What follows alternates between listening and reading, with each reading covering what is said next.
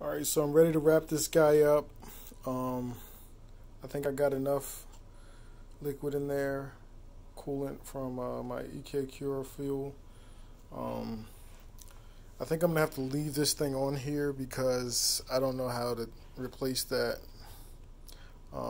Replace that and just put like the lid back on there without draining all the water. So looks like this guy may be hanging out in the back of my computer. And cable management was a lot easier than I expected. I pretty much just put this thing on here and shoved everything back. So hopefully it doesn't cause a leak, but it actually looks pretty decent considering how nasty it looked before putting that cover on there. One of the byproducts of doing that was that it kind of pushed some of my cables back inside of the case when I shoved it on there. So it's not nearly as neat, but it's not the worst thing. All in all, we'll see where it goes.